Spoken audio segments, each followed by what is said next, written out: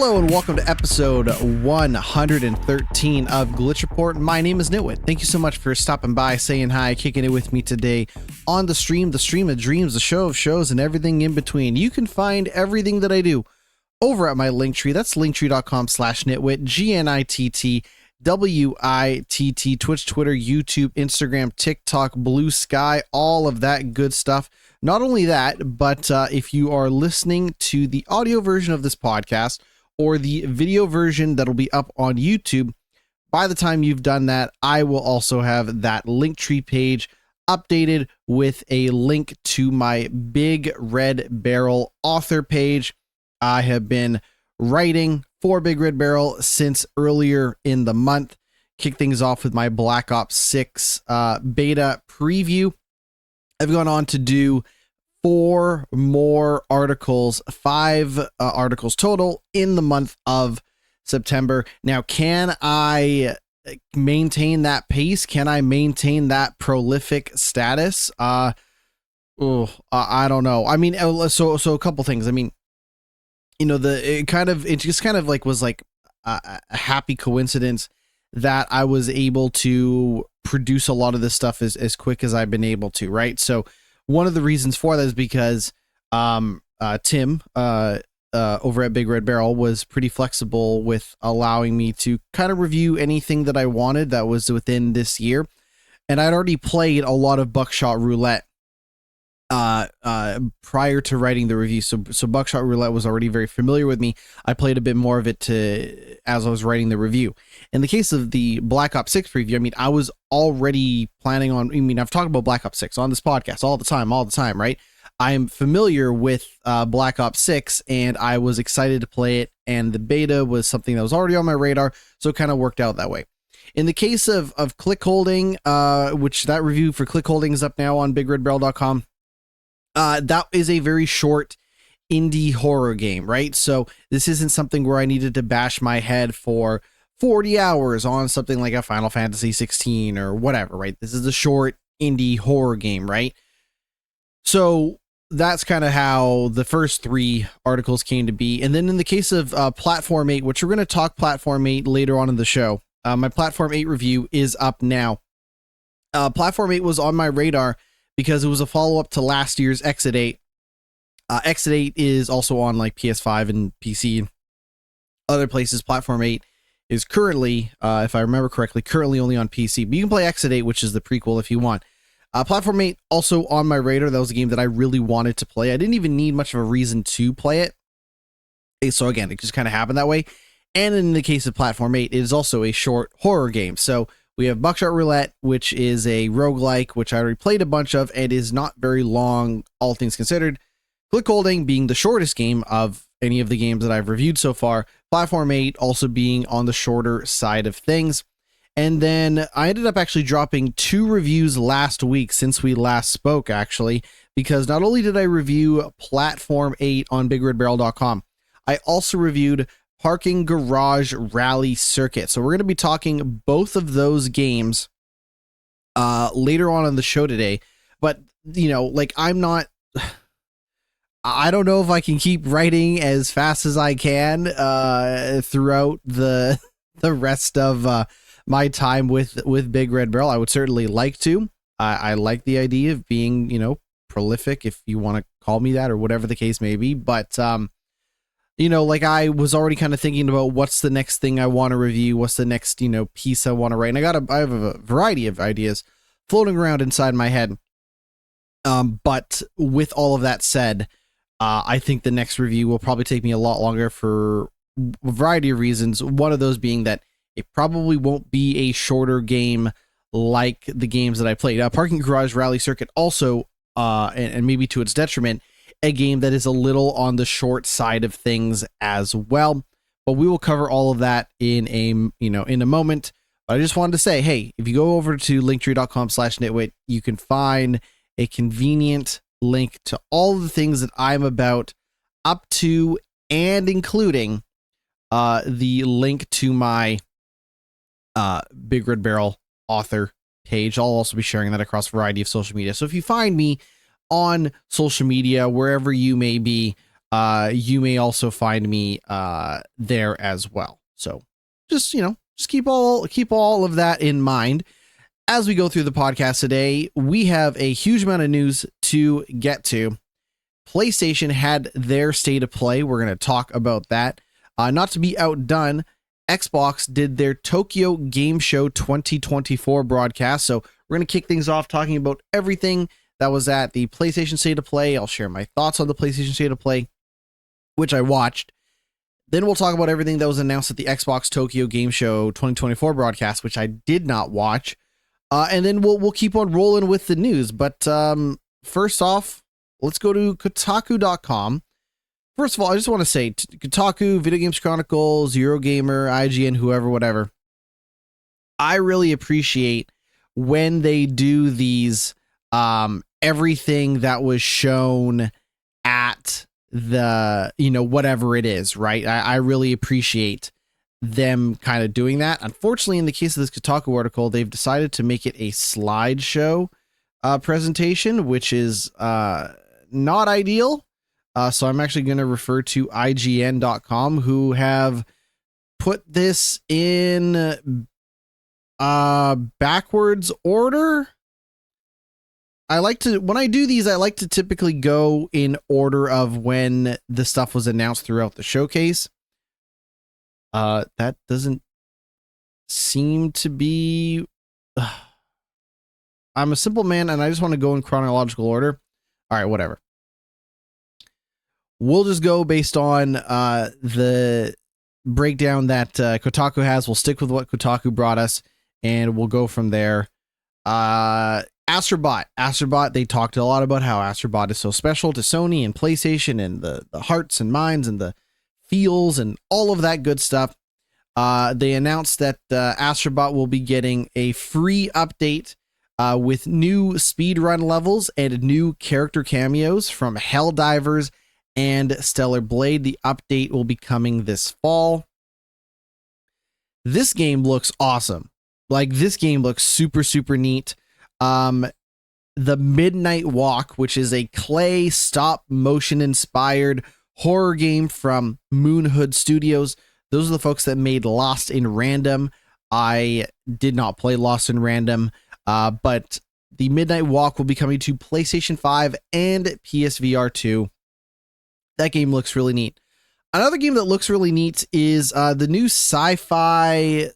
They describe it in this Kotaku post as a Souls-like, which I will say there are a couple of different games on this, kind of slate of announcements that were third-person melee-based action-adventure games that could very easily have been Souls-like games. I don't want to be cynical, at least not this early into the podcast, and say every third-person melee-based action-adventure game is a Souls-like game. I don't know if that's fair. However, for context, Kotaku describes it as a science fiction Souls-like, which is Hell Is Us. That is the sci-fi game that kind of has that character with the drone in it. So it's like this future sci-fi thing, fighting monsters, probably some sort of post-apocalyptic thing. Looked really neat. Looks cool. I like the idea of, melee science fiction fantasy stuff in a modern or somewhat modern world. I don't always need it to be fantasy or, hard sci-fi. It could be a mix, but that looks neat. Hell Is Us is neat. No details other than PS5. So, before we get too ahead of ourselves, I just want to mention that while these games were showcased at the PS5 state of play, and not all of this stuff is coming exclusively to PS5. It may be a PSVR game, it may be a PC game, or in the case of Lego Horizon, that's coming to the Switch, among other things. So just before we get too ahead of ourselves and we're like, oh, all this stuff is exclusive, you might be able to play this elsewhere. They showed off Metro Awakening, which is coming out November 7th for PSVR 2. This game is supposed to take place. It's really hard to say because I'm not super familiar with the Metro series. All I know that it's been quite some time since the last Metro game, which is 2019's Metro Exodus. For what it's worth, I've picked at the Metro games here and there. They're first person post-apocalyptic science fiction horror-esque games. Metro Exodus seemed like the best one of those for whatever it's worth. That all being said, this one is a PSVR title, and one thing I wanted to mention, if you've never played a Metro game, is that it's a lot of it is like focused on immersion, right? And when I mean immersion, I mean, you know, you're often wearing like a gas mask because of the post-apocalyptic nature of the world. So you will see the sweat come down. You'll see blood covering your gas mask. You need to change your gas mask filter. There's a lot of shit in your face in the Metro games. And I thought that was really cool. I don't think it necessarily got in the way of it being a first-person shooter. There are plenty of other mechanics and elements to it where I'm like, this game might be a little clunky. It might be a little stubborn, whatever. But the idea of having a bunch of shit in your face because you're dealing with, you know, radiation and post-apocalyptic, you know, horrors is fine. And I think that stuff should and could, I should mention, could translate really well into a VR scenario. I'm not an expert in VR. I don't know. I've never tried a PSVR 2. But when they showed it off, I was like, yeah, put a bunch of shit in my face that I have to deal with in VR. That sounds neat. And that seems like what's going to happen with Metro Awakening. That's November 7th. ArcAge Chronicles. Who is making... I thought ArcAge Chronicles was originally an MMO. I could be wrong. I thought it was. I thought it was also made by people who also make MMOs. That was the part that I was a little confused on. But ArcAge Chronicles is taking MMO elements, from what I can see, and making a fantasy action game. It will also include multiplayer, and that's coming to PS5 in 2025. It's also coming to PC. There's a Steam listing as well.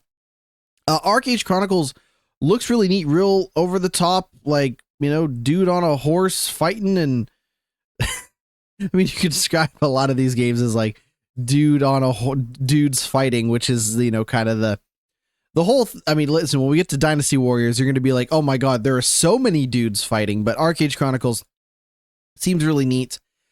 Pal World, the game that has been described as Pokemon with guns, is actually more of a survival game similar to Ark. That is out on PS5 now. One exception, it is not available on PlayStation in Japan. Perhaps pertaining to the legal battle that is going on with the creators of Pal World and Nintendo. Hey, I'm not a lawyer. I'm not an expert, but I know that based on my time with Pal World, I had a decent time with it. And now people who own PlayStations can do just that. This is a game series I am not super familiar with, but Lunar is getting a remastered collection that's coming to PS5 and PS4 in spring of next year. That is going to be both Lunar, the Silver Star Story Complete, and Lunar Eternal Blue Complete with updated visuals and widescreen mode. This does not seem like a complete remake of any of these games. Like, this is not going to blow your mind graphically, or at least I don't think it will. Teenage Mutant Ninja Turtles Shredder's Revenge is getting Radical Reptiles. That is Mondo Gecko and Mona Lisa, as well as remix soundtrack from several guest composers. That update and the update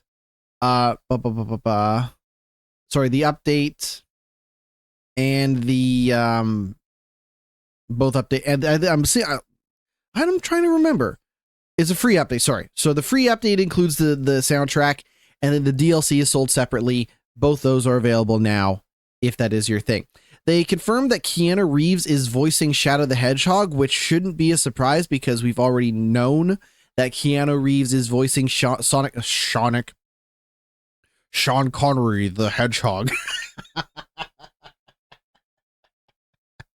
Well, could you imagine if RIP to the god Sean Connery, but could you imagine if Sean Connery was in the fucking Sonic the Hedgehog movies? Oh my God, I would I've never seen the Sonic the Hedgehog movie.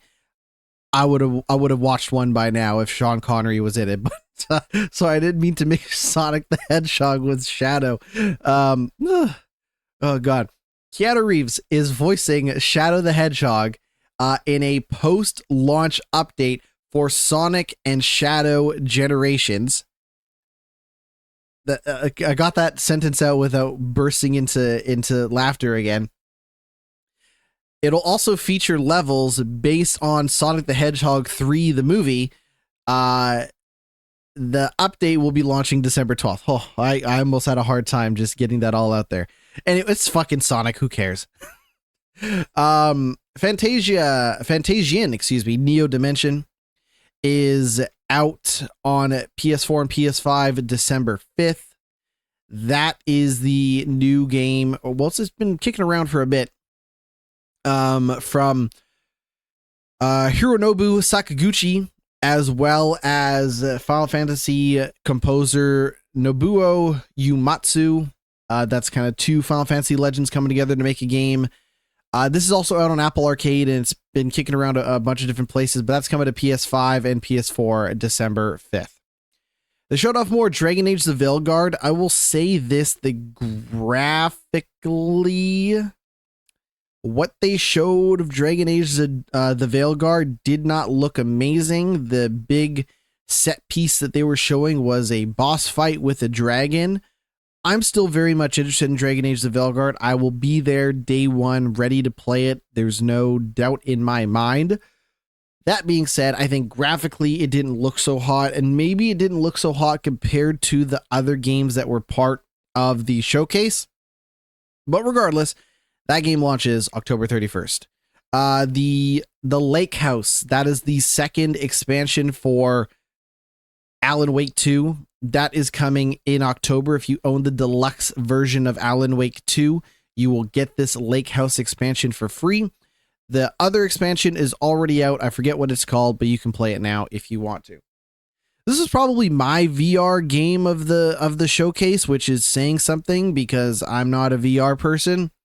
But Hitman World of Assassination is coming to PlayStation VR 2 in December.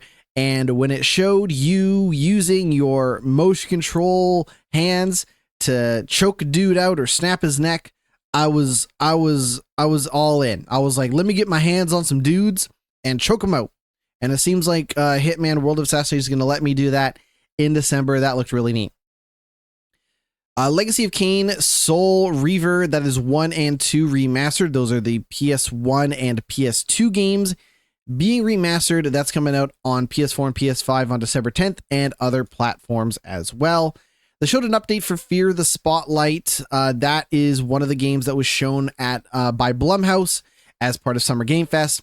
That's coming to PS4 and PS5 on October 22nd. Really neat looking game. Towers of Agzaba, I probably butchered that name, is an island building game coming to early access in November. They all showed an update for Lego Fortnite. They also showed a controller for Fortnite. If you want a DualSense controller with a bunch of Fortnite shit on it, there's like a banana and a fish guy and the words Fortnite on a controller. I don't know, man. This is primarily an audio podcast. I don't know what you want me to tell you, but anyways, that's coming out October 3rd.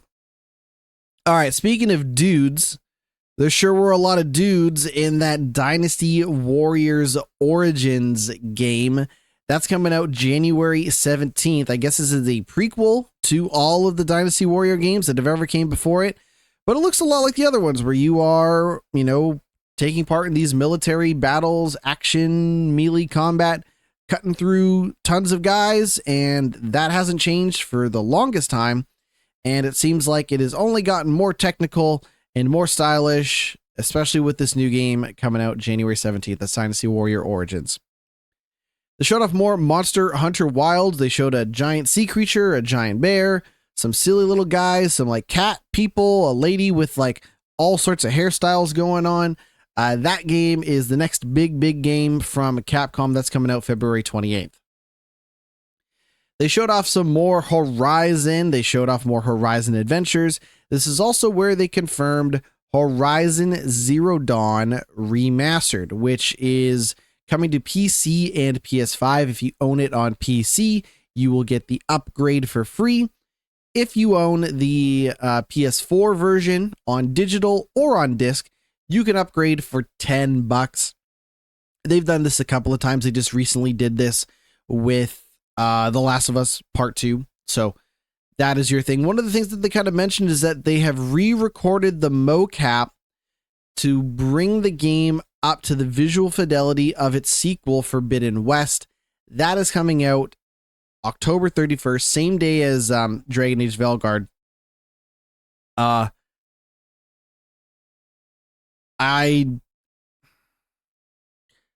I still think, even though, and listen, I'll admit that like giving it to people for $10 if they already own it is not the worst idea, but I'll just say that it still isn't as exciting as doing literally anything else. I know that sounds harsh. I don't know what to say, but like they could have done anything, and instead they're remastering a game that already looked pretty good and looked pretty good again on a PS5 to now be native on the PS5. Now, I heard a rumor, and I'm going to actually go personally check right now.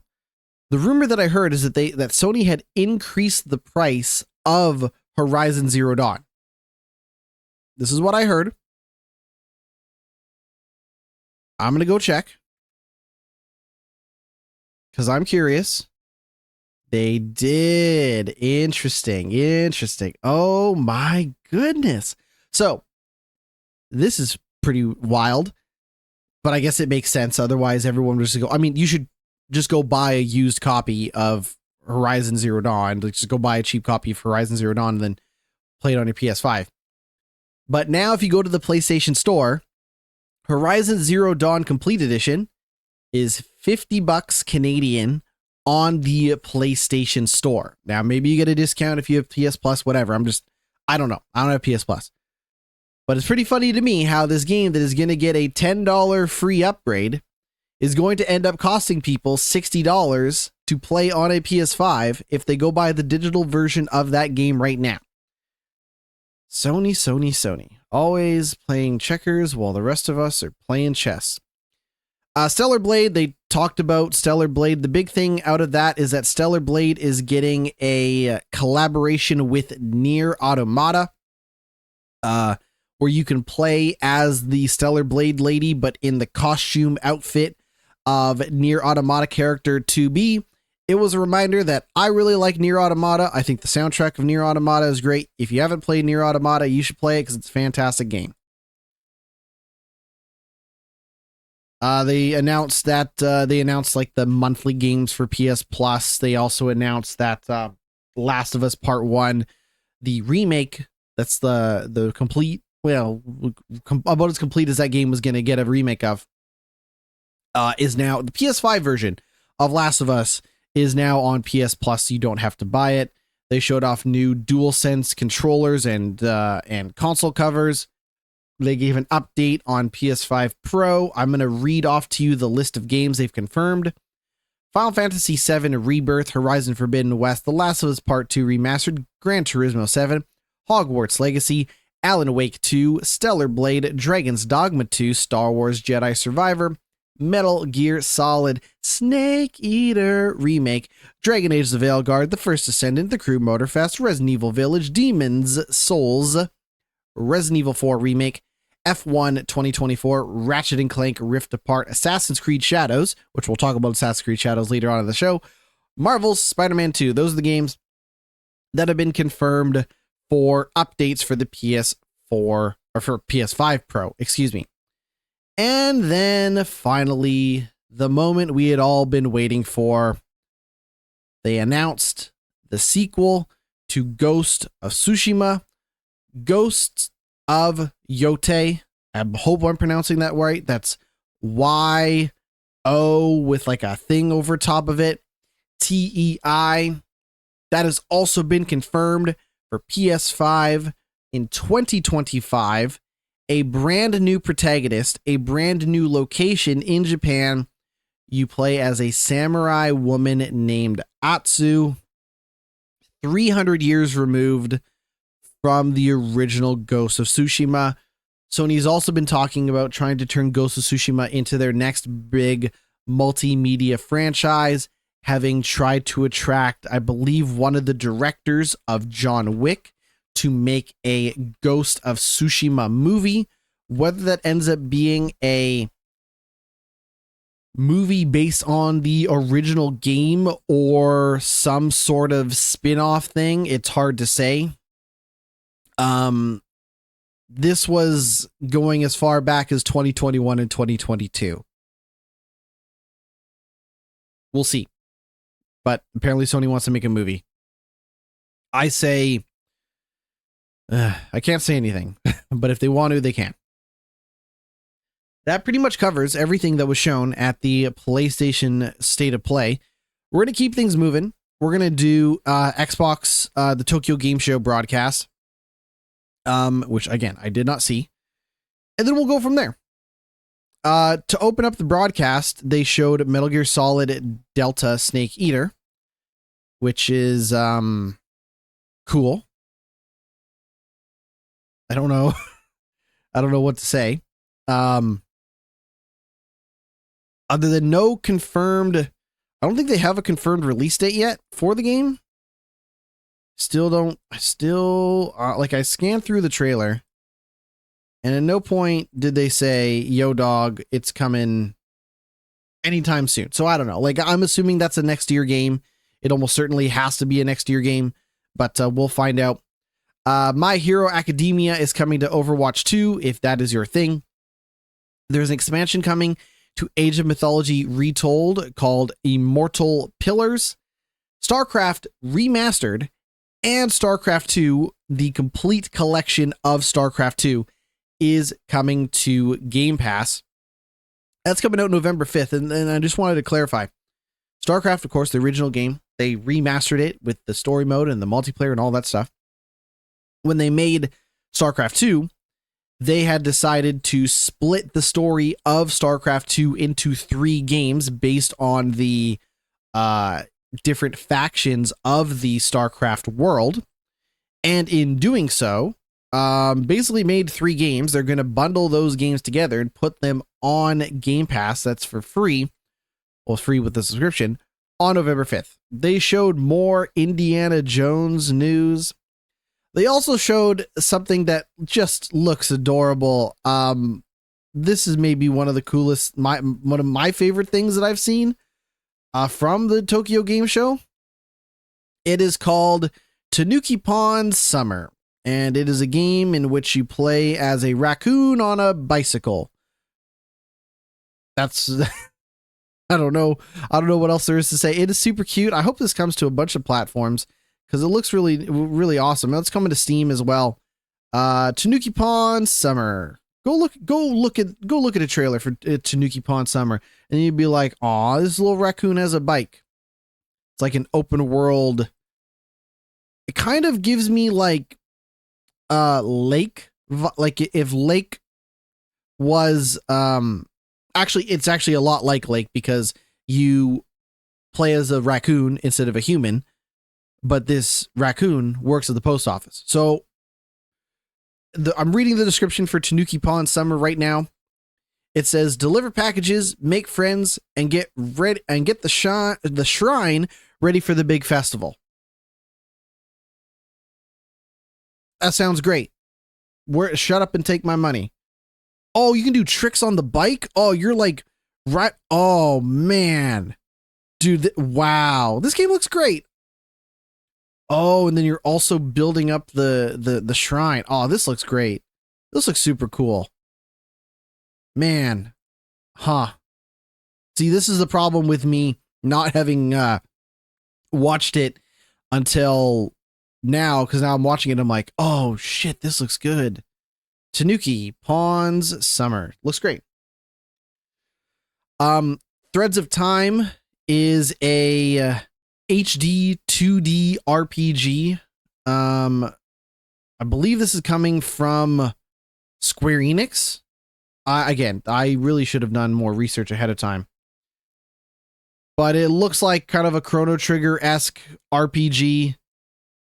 I don't know if it's actually being made by Square Enix, though, but hey, if you like the old school but like modernized look of the old school RPGs, you should take a look at Threads of Time.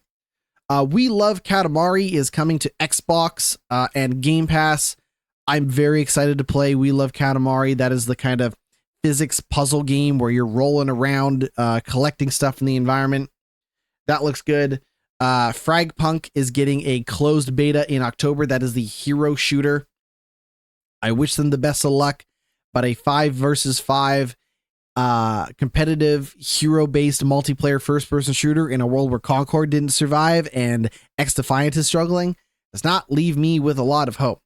Metaphor ReFantasio got a trailer that is coming out on October 11th.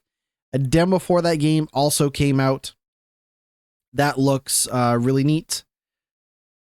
What else we got? There's a fair bit of stuff during that Xbox showcase. Slitterhead got another trailer. That is that creepy game from Kichiro Toyama. All You Need Is Help is the co-op puzzle game from the folks that made the Pixel Junk games. That is out now. That game also looks really cool.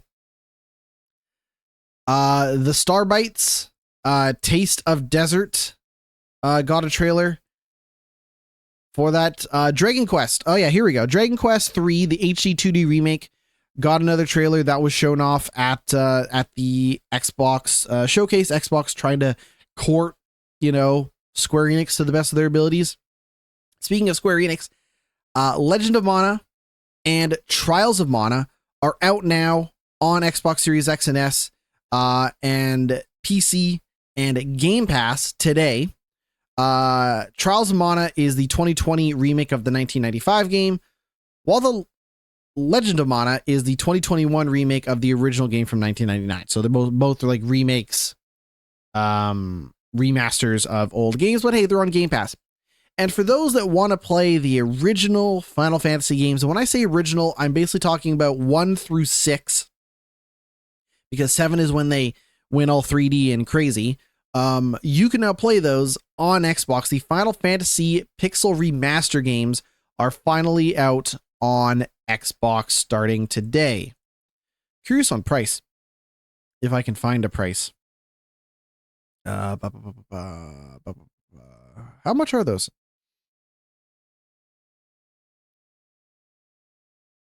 They're a little steep. You're asking like close to $100 from the looks of things for those games. But hey, you're getting 6 classic Final Fantasy games in one, if that is your thing.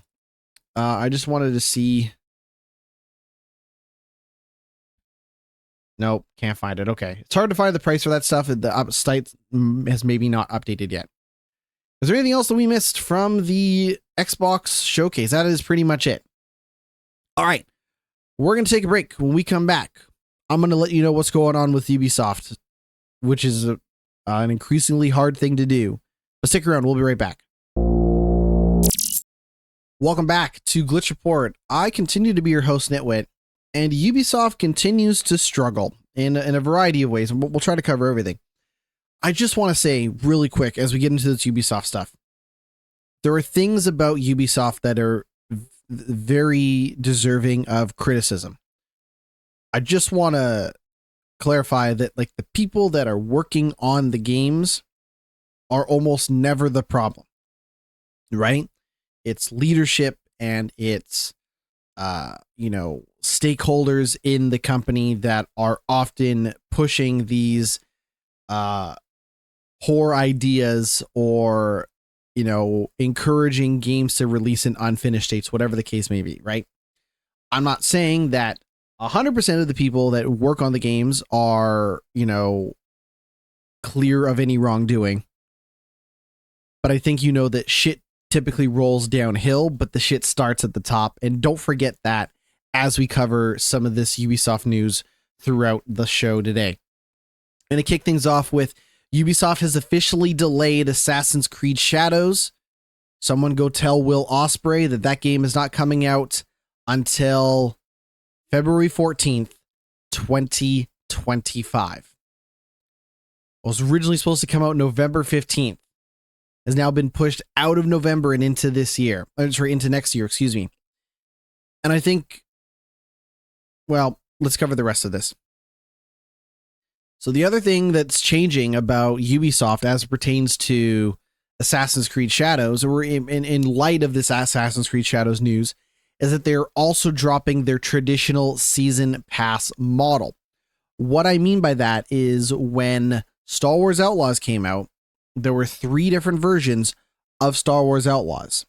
One of the things that you could buy either as a pre-order for the deluxe or the special edition or separately was the season pass. The season pass meant that when you bought that season pass, and plenty of other games do this, we literally were just talking about Alan Wake 2 and the expansion for Alan Wake 2 being part of that game season pass. But basically the season pass was you pre-buying the additional paid content that would come out for that game. That's what that meant. Usually, they tried to give you an idea of what you could expect. Like, I think like, oh, Lando is coming to Star Wars Outlaws or whatever, right? Or I remember like in one of the Assassin's Creed games, it's like, oh, this one has George Washington in it, or this one has, like in Assassin's Creed Valhalla, it's like, oh, this one you go to Valhalla, or this one you go to whatever. And it's like, okay, fine. So like you have an idea of what that content is. They usually tried to tell you up front ahead of time, but it was really meant to not only have people pay for the most expensive version of the game, but kind of commit to playing something like Assassin's Creed Valhalla or whatever game. Again, I'm picking on Ubisoft, but plenty of other games do this, right? Committing to playing that game for a longer period of time.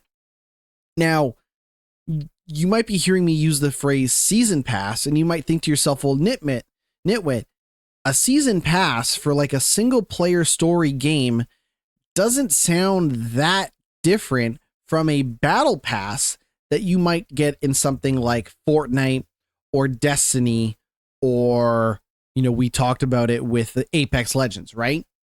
And to be honest, other than the type of content that is delivered, there isn't, and also maybe the timeliness of that content, there isn't a huge difference between season passes for single player story games that are getting additional content, paid content over a period of time, and battle passes. Though I would say that battle passes for multiplayer shooters tend to feature more cosmetic things, right? Oh, now I get these sweet, color, outfits or changes to my guns or whatever, right? Whereas in, Assassin's Creed Shadows, it could be anything for like, oh, we added a whole new extra world for you to explore that's maybe a third of the size of the main game, a quarter of the size of the main game, its own separate story, whatever. And then 6 months later, we're going to have one other final thing or 2 other final things, whatever.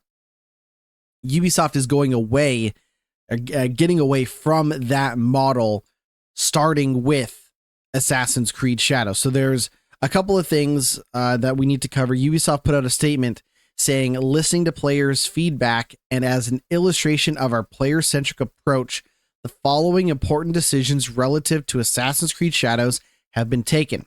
Assassin's Creed Shadows will now be released on February 14th, 2025. While the game is feature complete, the learnings from the Star Wars Outlaws release led us to provide additional time to further polish the title.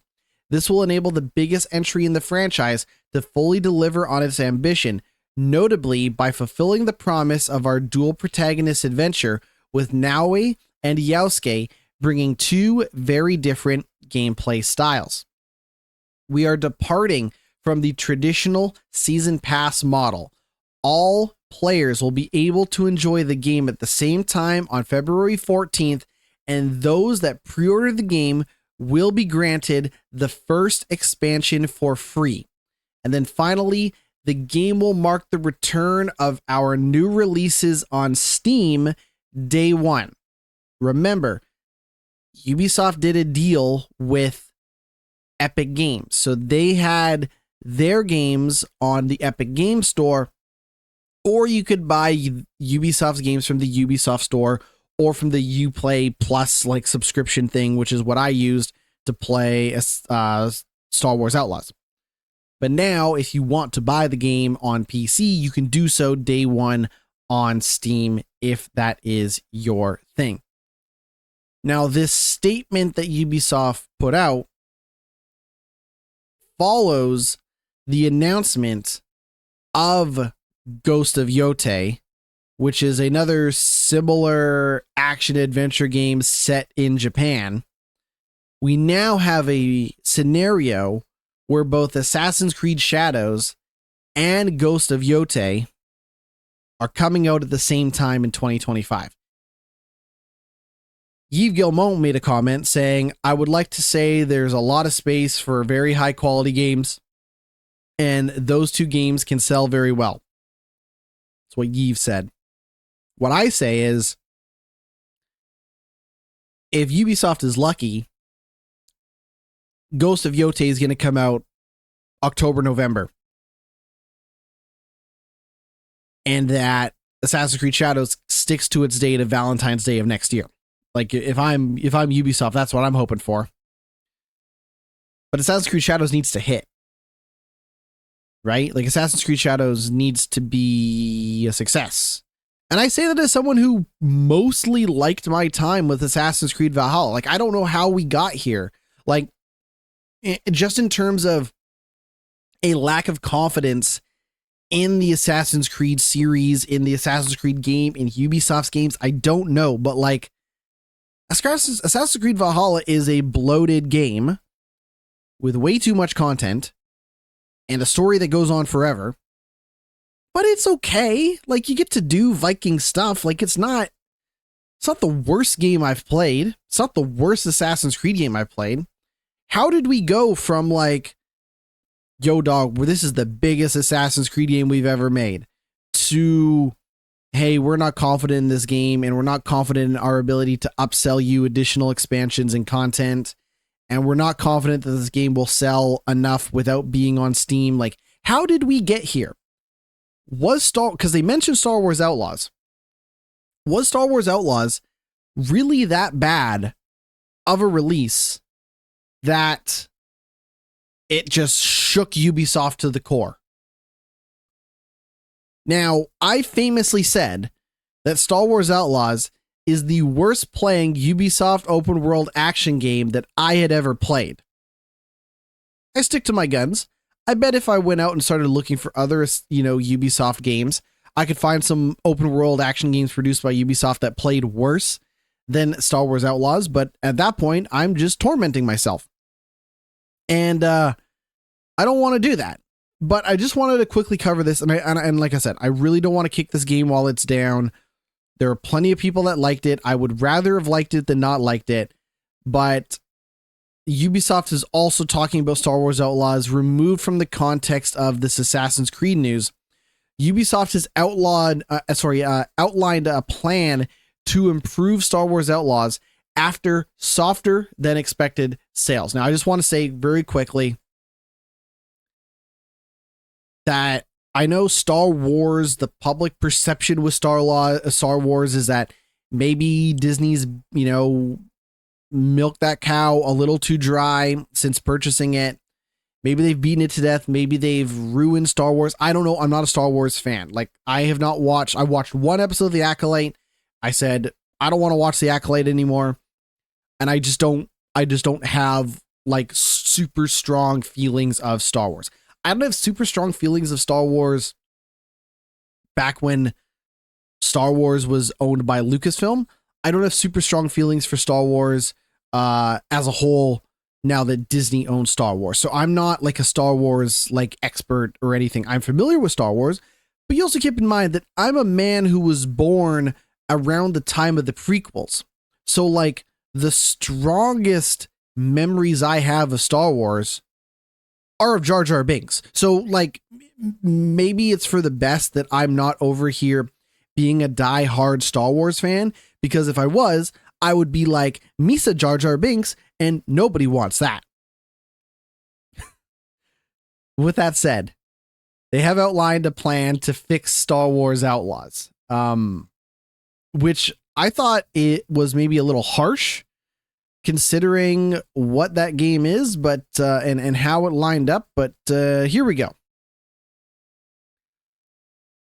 Despite solid ratings on Metacritic of 76 and user scores across first party and Epic Store user reviews being 3.9 out of 5 that reflect on the immersive and authentic Star Wars universe, Star Wars Outlaws' initial sales proved softer than expected.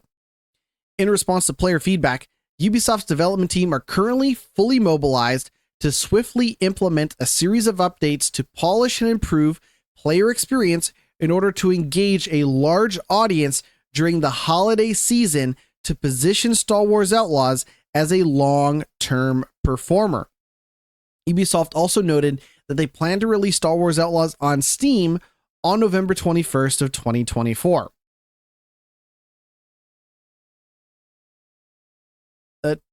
No, okay, well they don't. Okay. They don't show me a plan. I don't see a plan here. Like, is this some fucking Donald Trump shit where they have like concepts of a plan? Cause oh boy. I'm reading this from Video Games Chronicles. As always, shout out to Video Games Chronicles. The headline reads, Ubisoft outlines plan to improve Star Wars Outlaws. I don't see a plan. They have people working on the game. Like, are they going to make the shooting better? Are they going to make the stealth better? I know they've already worked on the stealth. Are they going to make the game look better? Because, you know, I know some people think that graphically Star Wars Outlaws looks good. And I am a believer that appreciating graphics is a purely subjective thing. I know you might argue that like, oh, it's a technical thing. It's an objective thing. Like, everybody can see a good looking game from a bad looking game. I'm not here to say that. I think that at the end of the day, appreciating graphical fidelity in games, whether it be artistic or technical, is a subjective thing. But I played Star Wars Outlaws on a 1080p monitor. I played it at 1440p. I played it on a 4K TV. I messed with ray tracing settings. And every time I did, I walked away being like, that game doesn't seem to run super great for how not great it looks. So I don't know if like a big graphics update is coming. I don't know. But the other thing is that to me, at the core of what that game is, there's not enough time between now and the big holiday sales. Your fucking Black Friday, whatever. I don't think there's enough time to get that game to where I would personally like it to be, which is why I kind of want to stop talking about it, but it keeps coming up and Ubisoft keep bringing it up. And sometimes I wonder if Ubisoft has anyone controlling the ship over there. Yves Guillemot comes out and talks in his lovely French ways, but I mean, it just seems like to me, this feels like too little too late. That's honestly how I feel, right? Like, I paid my $20. I only paid $20, but I paid my $20 to play that game as part of the Ubisoft subscription service. And I didn't care for it. So maybe the game should have been delayed this entire time. But I also don't feel like giving them more money to celebrate them inevitably, potentially, cleaning up their mess. So to me, like, I'm actually far more interested in Assassin's Creed Shadows now that it has been delayed, because I felt similarly to Assassin's Creed Shadows as I did Star Wars Outlaws, which was the more they showed of Assassin's Creed Shadows during Summer Game Fest and all this stuff, the less interested I was. But if they're going to delay it, the only real hang up I have now with Assassin's Creed Shadows is I don't like the idea of dual protagonists that force you to play in one particular style over the other. The way I like to play Assassin's Creed is I like to be stealthy and I like to sneak in and, you know, whatever.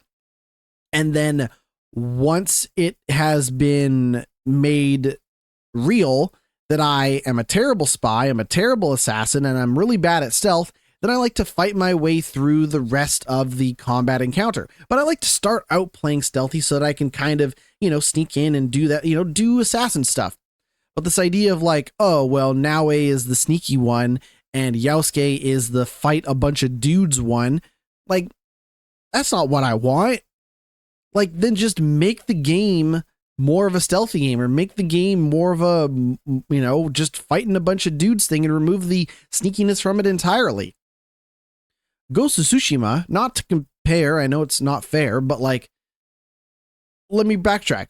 There have been plenty of Assassin's Creed games that did a pretty good job of letting you be stealthy and fight multiple people at the same time.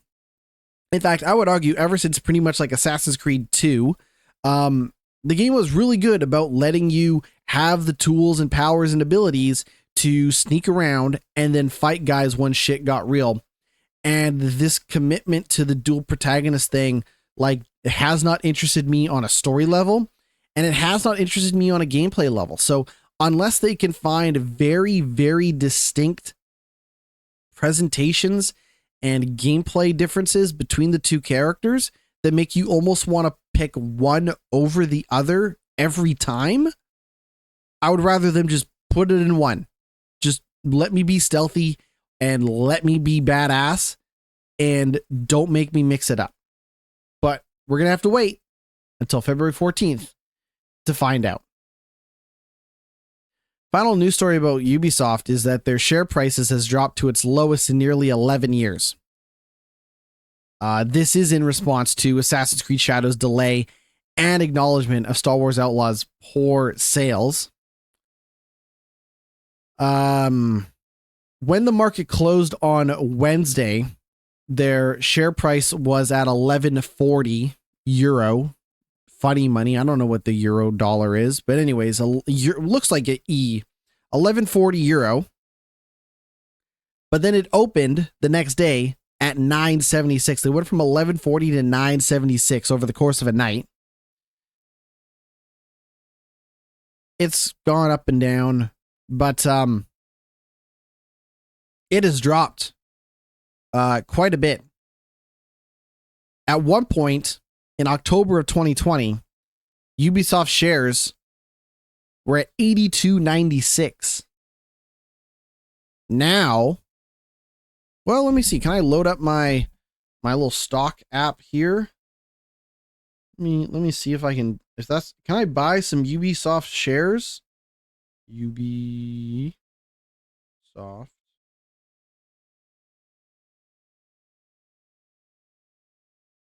That's not Ubisoft. How do I buy Ubisoft money?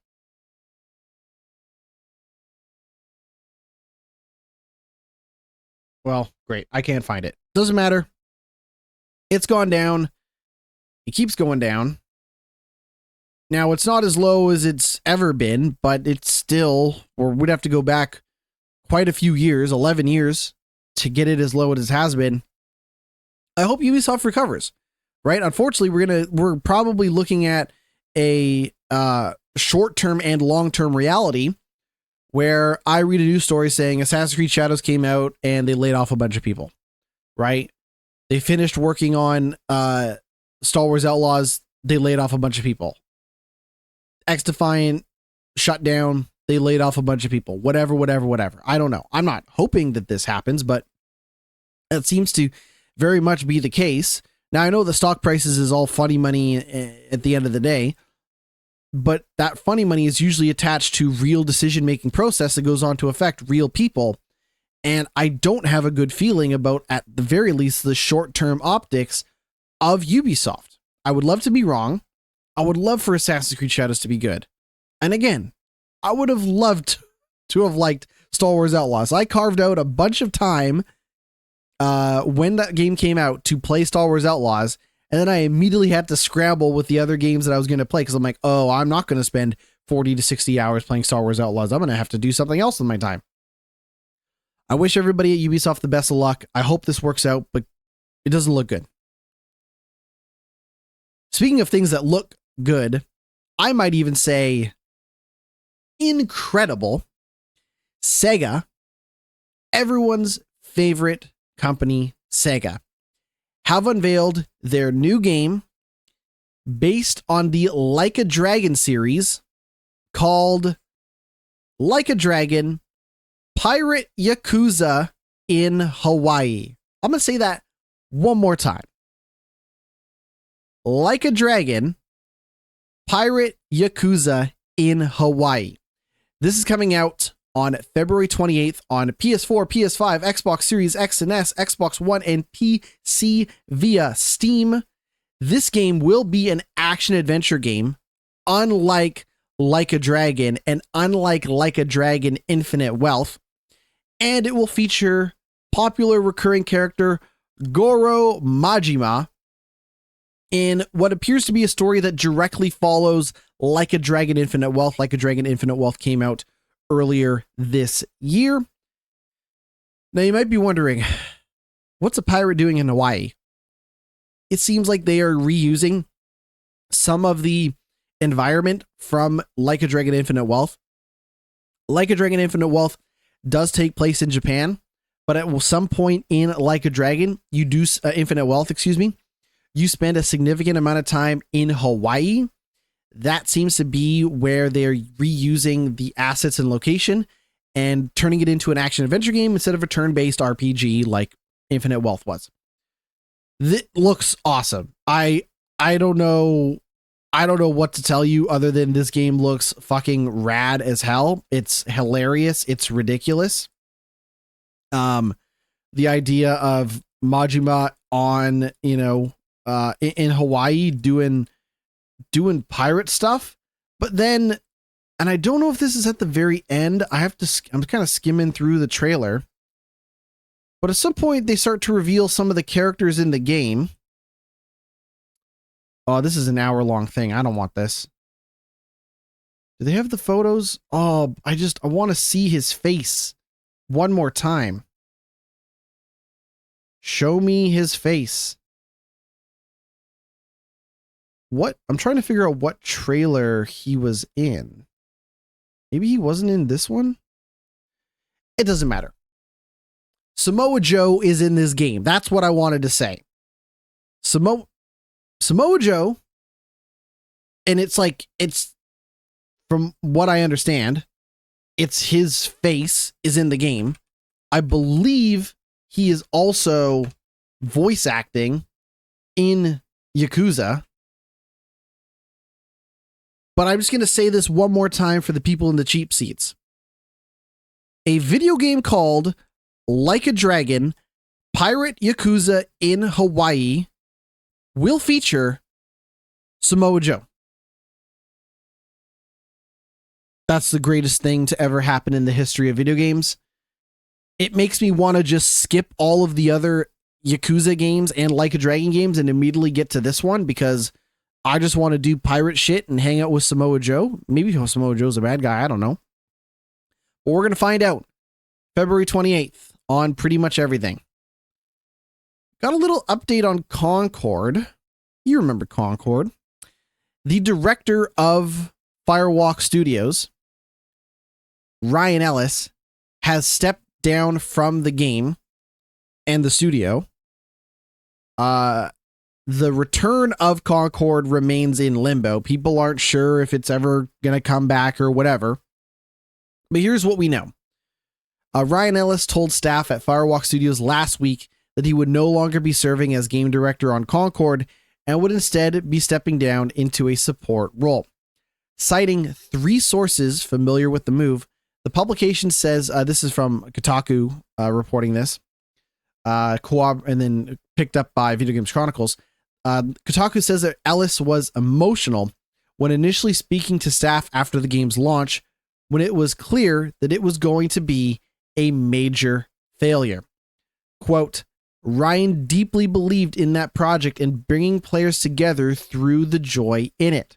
Regardless of there being things that could have been done differently throughout development, he's a good human and full of heart.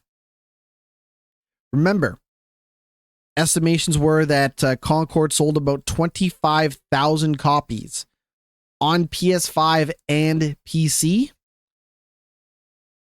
when it was released August 23rd. The game was then taken offline September 6th.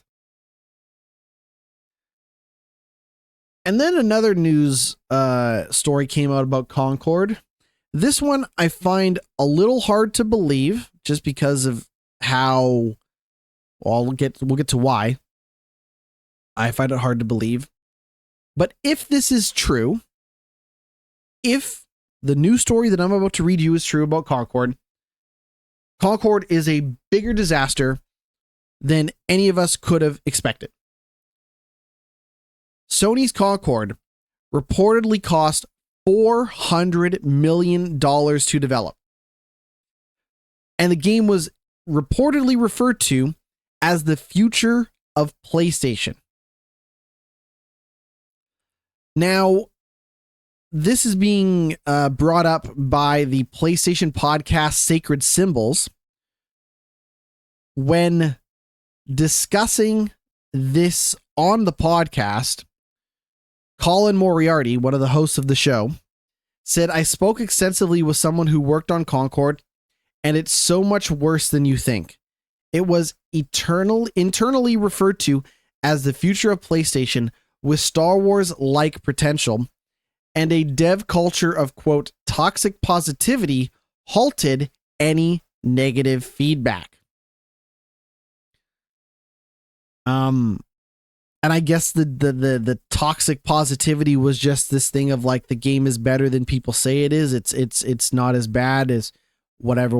They don't elaborate on what it is. And in fact, they don't even elaborate on it, how much, like how much it actually costs. It seems like no one seems to know. But according to Colin Moriarty of Sacred Symbols, who runs the PlayStation podcast Sacred Symbols, he talked to somebody who said that it cost $400 million to make. I just think that game couldn't possibly have cost that much to make, because nothing with a budget of $400 million in the AAA gaming space gets sent out to die with such little marketing and advertising as Concord did. Right? And also, if it cost $400 million, there should have been more safeguards in place to transition into a free-to-play game or something to try to recoup any and all costs, which so far it doesn't seem like they did, because Sony offered refunds to all the players who purchased the game. All right, that's the news. I had a news article saying that the Metaphor ReFantazio demo is out now, but we already talked about that. Is there any other news that we are missing? No, that's kind of it. That's pretty much it. All right, we're going to take one final break. When we come back, we're going to talk about the games that I've been playing: Platform 8, Parking Garage Rally Circuit, Final Fantasy 16, and a little bit of Space Marine 2. Stick around. We'll be right back. Welcome back to the podcast. I am still GnittWitt, and I've been playing a variety of games. Just a reminder that if you want to read the reviews for Platform 8 and Parking Garage Rally Circuit, you can do so now over at bigredbarrel.com. That is bigredbarrel.com. You can also go to linktree.com/GnittWitt to check out a link to all of that stuff. All right, we'll kick things off talking about Platform 8. Platform 8 is a first-person psychological horror game that is a follow-up to last year's Exit 8. If you have not played Exit 8, if you've not checked out Exit 8, it's a really neat game. Very short, very simple, but effective psychological first-person horror game. In Exit 8, you are in a train station, and you are trying to simply walk out of the train station. The way that Exit 8 works is that it basically consists of about a hallway and two hallways and two corners. It's a very, very small level world that you're running around in. And basically the way that it works in Exit 8 is that you are walking down this train station hallway, and you were looking for what are called anomalies. Anomalies are often taking the form of some sort of horror thing in the environment, but you were looking for those anomalies. And once you found one in the environment, you were supposed to walk back the way you came, run down the hallway you just ran through, backwards, and then keep going until the level loops back on itself and it resets so that you start looking for anomalies in the same hallway but has now been reset. The catch is that you need to successfully navigate through the hallway 8 times in order to exit, hence the name Exit 8. Now, the way that the game kind of plays tricks on you is sometimes you'll walk down the hallway looking for stuff and it's totally fine. You won't see anything. And then other times, that's when the anomalies show up. The anomalies can show up in the form of a door creaking open, or water rushing towards you. In Exit 8, you also walk past a man holding a briefcase and a cell phone. And he's always there every single time you walk down that hallway, walking towards you. They sometimes play tricks on you with what that guy is doing, what he's about, and so on and so forth. Whether you successfully navigate the puzzle and walk backwards out of the hallway, or safely walk through the hallway itself, that will contribute to 1 successful puzzle solve, and you need to do 8 in order to exit the level. Exit 8 is out on like PS5 and PS4, PS5, I believe. It's a very short game. It's like $5. It'll probably take you an hour or so to get through all of it. It's really clever. It's really cool. It's also graphically really nice looking because of how small the environment is. And just as a fun psychological horror thing, I thought it was really effective. And the reason why I thought it was effective was because you have to look for the scares, right? So you're looking at, posters and advertisements in the environment. You're looking at all this stuff, looking for something out of place, not quite right. In a lot of other horror games, you are looking for stuff in the environment in almost a defensive-like manner of like, what's going to come out and jump me? How do I react to it, right? Whereas in Exit 8 and Platform 8, when you see something in the environment, you're actively looking for it. You're looking for the scares. You're looking for that horror and then reacting accordingly. The difference is that you're not fighting anything. You're simply running away until it resets.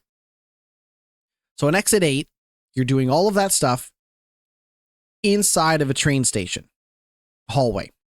In Platform 8, you're doing the same thing, but now you are on a moving train and you are trying to make it from one train car to the other in an ever repeating process.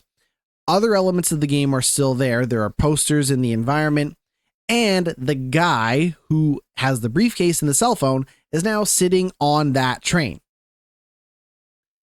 The difference is that in Platform 8, you have to solve the horror puzzle for it to contribute to 1 level complete. Simply walking through a safe train car doesn't actually get you any progress. You have to do 8 of the puzzles. Whereas in Exit 8, if I remember correctly, if you just made it through 1, you were fine. The other thing that's changed about Platform 8 is that you cannot walk backwards in the environment because the train car behind you is always locked. Always locked. So you are simply meant to walk from one end of this train car to the other.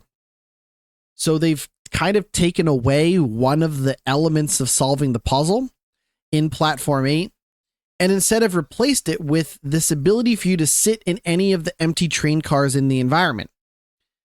A mechanic that I never found any use for. Like at no point was I like, oh, I have to sit on the car and that's what solves this puzzle. It's like, no, it doesn't seem to do anything. In fact, a lot of what you do in Platform 8 doesn't really seem active the way that it was in Exit 8. Exit 8 has very limited interactions. It mostly involves you seeing a spooky thing and then running away. But at least you're like moving through the environment. In the case of Platform 8, a lot of times if you see something spooky in the environment, You're just supposed to wait for it to pass by. So many times I would see a horror puzzle and it quickly became obvious that if I just wait, it will eventually go away. Now, the other thing I should mention is in Exit 8 and Platform 8, if you fail to solve one of the horror puzzles, if you essentially get killed or whatever, you reset all of your progress back to square one. Right? So there is a trial and error of like, oh, this puzzle, look, I didn't notice this thing, and now I got to restart back to zero. Oh, this thing got me, whatever. But in Platform 8, there were a lot of scenarios in which I was like, oh, I just wait for this thing to go away.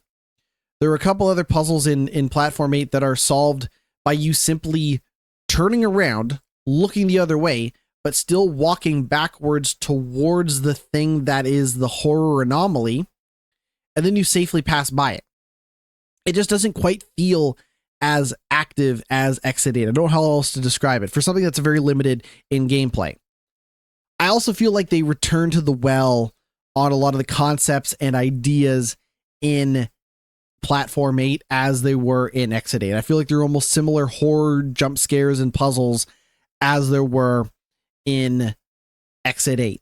So unfortunately, when you factor all that stuff in and what just feels like retreading, for a game that's like an hour or two long, it really doesn't feel like it's bringing a lot of new ideas to the table.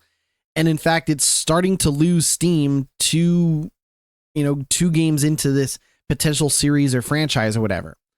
So I thought I thought Platform 8 was okay. I didn't love it, and it definitely drops the ball compared to what Exit 8 has to offer. If you've never played Exit 8, I think it's a cool game. Again, it's a short thing and it's not the most mind-blowing experience, but it was clever enough that I felt like Platform 8 just didn't do it this time around. You could read my full review of it up on Big Red Barrel. There's a little bit more to say about some of the mechanics and the environment and stuff like that. I ended up giving it a 6 out of 10. I was not crazy about Platform 8. And then the other game that I reviewed and I have been playing since we last spoke is a little game called Parking Garage Rally Circuit. It is finally, GnittWitt has stopped playing short indie horror games and gone back to what really matters, which is rally racing.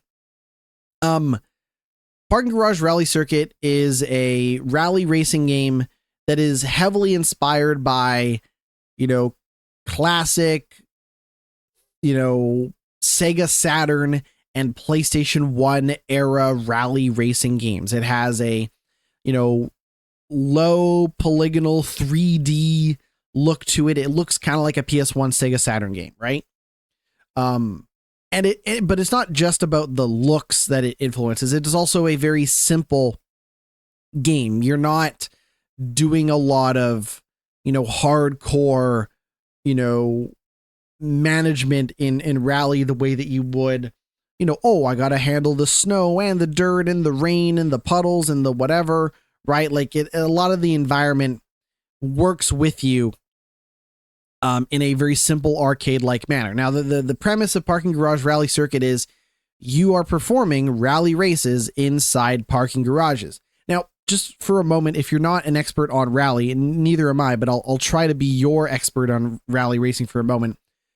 Rally racing typically operates in a very tight,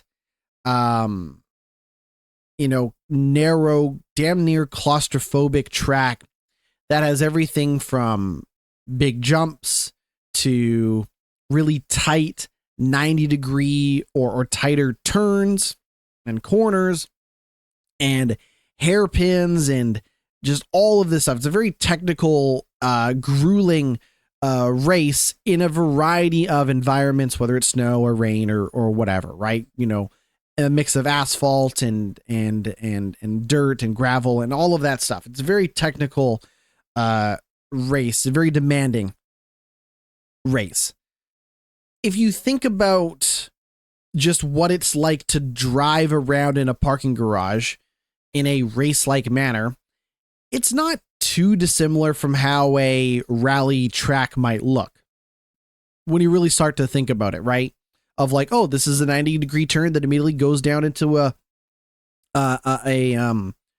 slope that enters the P1 from P2 or whatever, the parking garage, right? You think about it like that, right? So on its face, Parking Garage Rally Circuit, being a love letter to classic Sega Saturn and PlayStation 1 rally games, and having a great idea, which is what if we rally race in parking garages, on its face, seems like a fantastic idea. Oh, and it nails the look of those classic games. And perhaps my favorite thing is it has a fantastic soundtrack. It's a band called the Holophonics, and they produced a ska, like ska punk esque soundtrack to the game. A lot of, punchy horns and horn sections and saxophones and all of that stuff with like that kind of pop punk sort of rock to it. It's a fantastic soundtrack.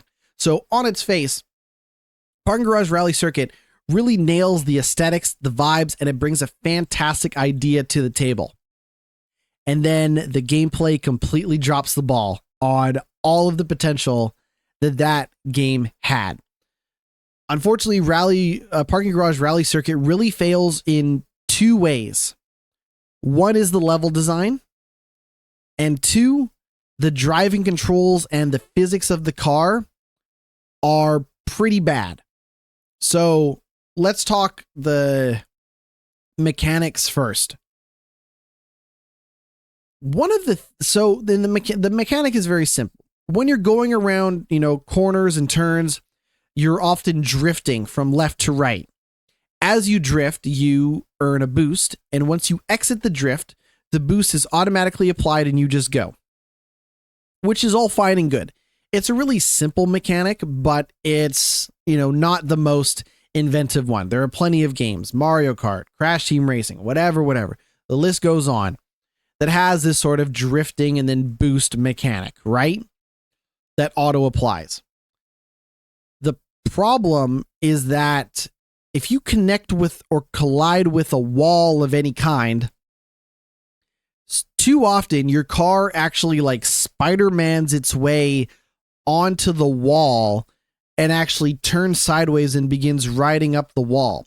It's a very, even for an arcade game, it's a very unnatural and disorienting feeling of like, whoops, somehow my car just Spider-Man'd its way onto the wall when I didn't mean for any of that to happen. Now, that wouldn't be so bad if it wasn't set in a very tight, claustrophobic level like a parking garage. So more often than not, it's very easy to connect with the wall even when drifting. The other problem with the drifting is that when you drift, the car kind of magnetizes to the road. So it doesn't matter if you're exiting some sort of steep slope, uphill or downhill or whatever. If you are drifting, the car magnetizes to the road, which in fairness is probably not the worst idea, right? If you've entered a drift, you don't want to fly off that drift off a slope going sideways.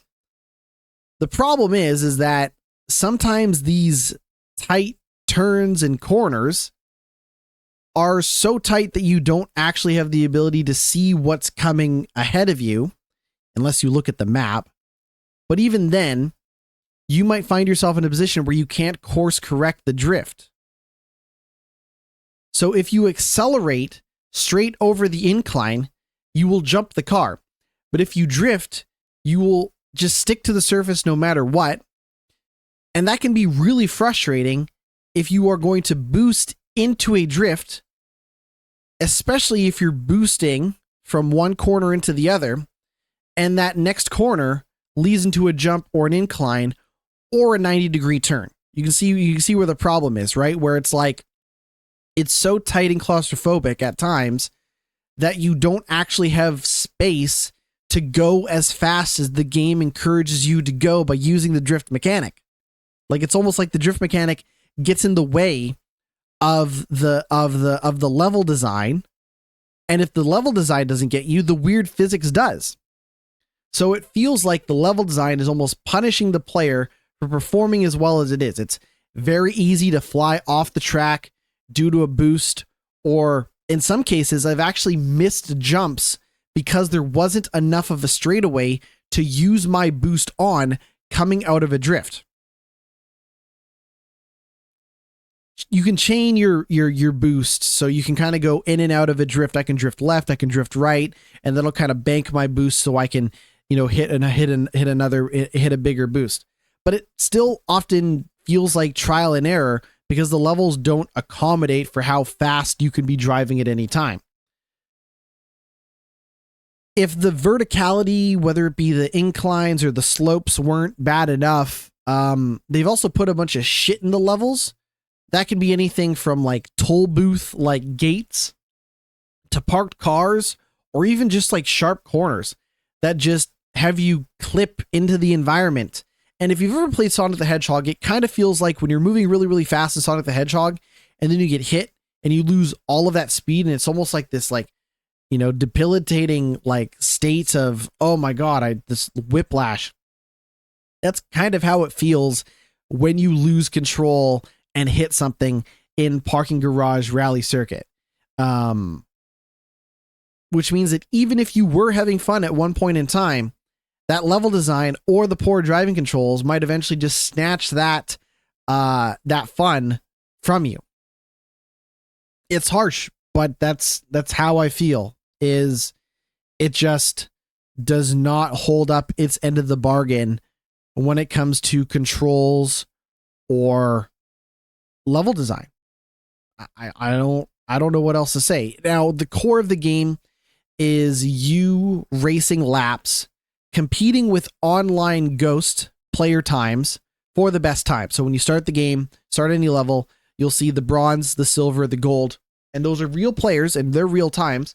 And you're basically just racing against them for the best time. And if you get bronze, silver, or gold, that will unlock the next track for you to race on.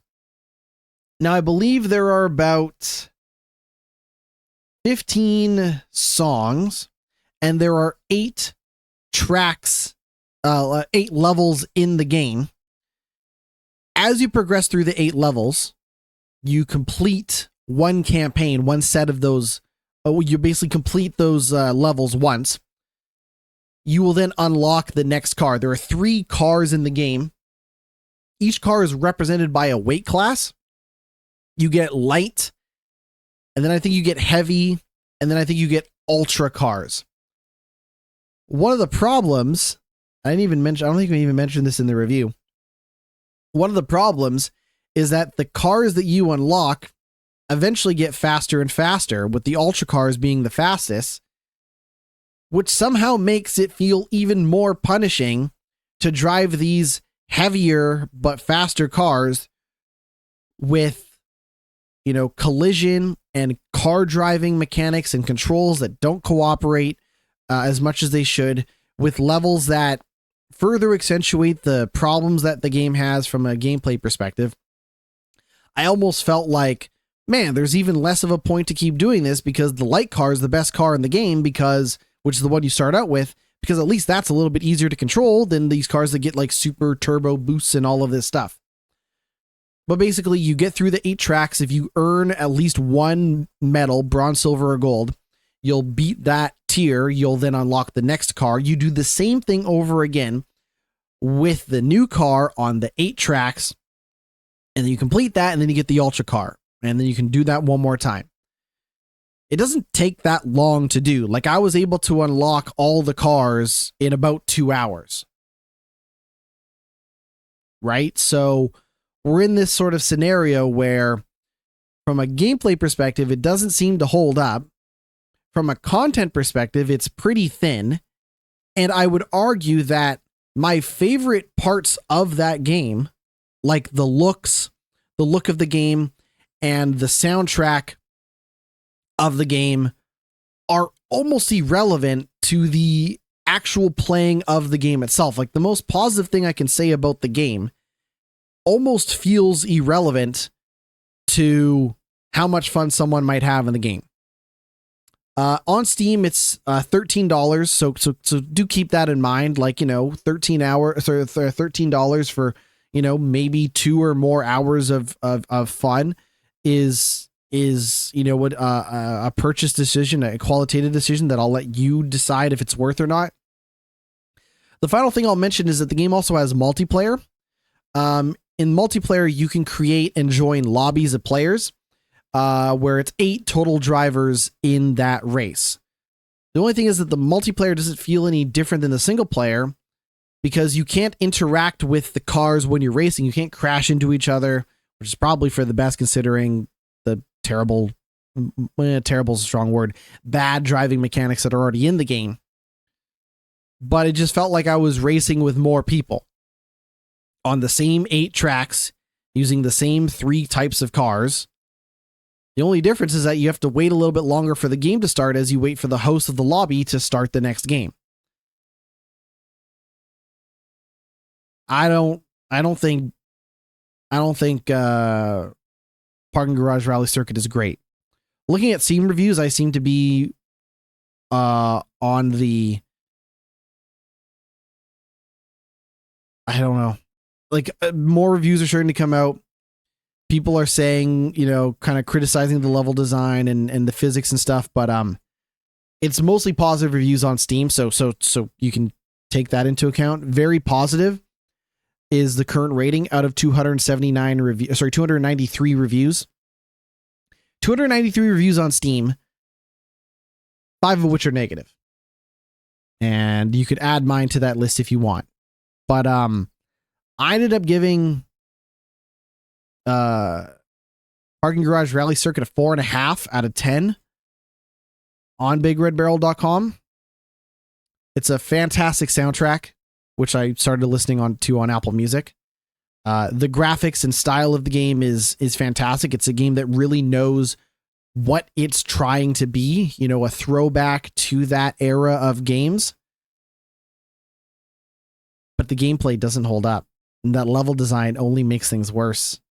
It's 4.5 on Big Red Barrel is 4.5 on Big Red Barrel is referred to as fair.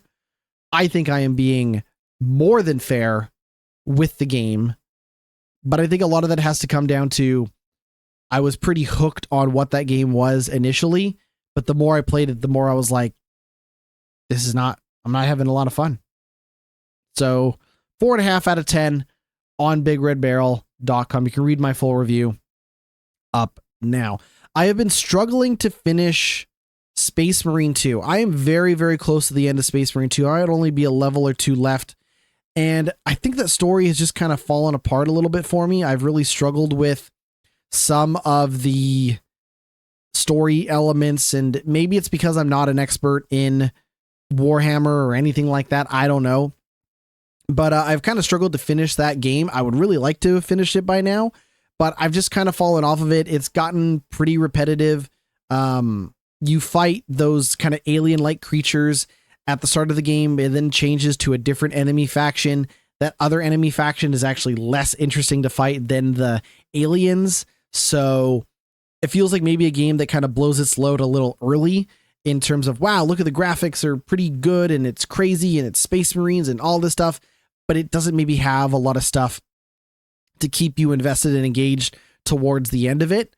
I would like to finish it, maybe because I'm done reviewing, since I reviewed 2 games in 1 week. Maybe I'll have more time to get back to Space Marine 2 and finally finish it up. But the game I've been spending the most of my time with is Final Fantasy 16. If I look at my old Steam counter, I'm about 3.5 hours into Final Fantasy 16. That is factoring in the demo progression that carried over into the game. And my understanding is, I was talking to a friend of mine who has played Final Fantasy 16. I am pretty close to where the story picks up. So I'm not, ready to say one way or the other what's up with the story.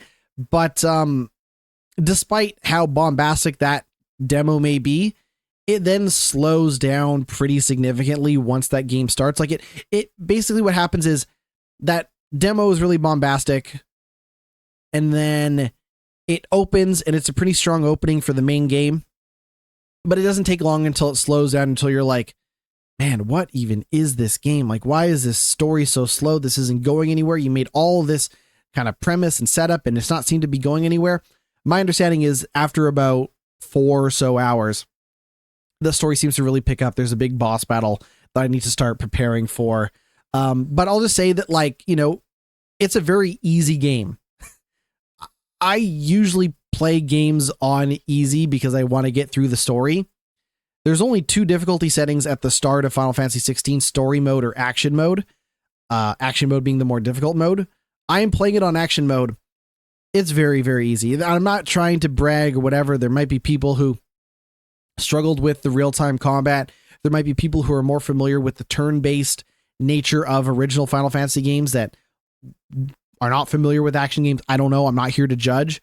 But it is one of the easiest, so far, easiest AAA big budget action games I have ever played. It's almost so easy it's stupid. Like the boss battles have left me kind of bored because of how easy they've been. But that could potentially change.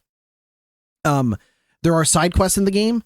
The side quests have been very easy. It's up to somebody, talk to them, and then deliver whatever. Like it's all small tasks that people are having you do in Final Fantasy 16. It's also a very linear game. There's a part where you're in town, a couple of different towns running around. These are very small towns with not a lot of things to do. And once you enter the next level and you're in the kind of the action world where you're fighting enemies, they're very, very linear levels so far. So I recognize and I'm willing to accept that Final Fantasy 16 is maybe more of a, you know, I don't want to say Uncharted like, but like, you know how like in God of War, you can kind of roam around that open world? Yeah, Final Fantasy 16 doesn't have this, right? You can pick environments on a map that you can go to, but once you get there, they are pretty linear levels, all things considered. So this almost feels like linear the way that like an Uncharted might be linear or something like that. Whereas say what you will about God of War's openness, but you can take the boat and you can go around and look at shit. And so far I haven't been able to do that in Final Fantasy 16. Maybe that opens up later. I don't know.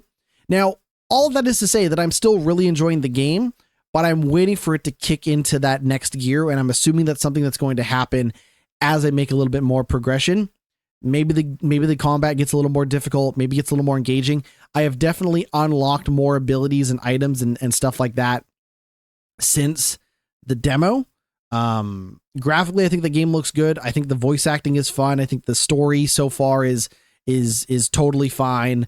But I'm waiting for that Final Fantasy 16 to kick into gear, into that next gear. And I'm assuming that that's going to happen in a short period of time based on at least my conversation with people that have already played the game. So that's really all I have to say about Final Fantasy 16. If you wanted more of what that demo was offering and you haven't played it yet, it definitely offers that. If you really want to just focus on the story and ignore large parts of the combat, you can play it on story mode.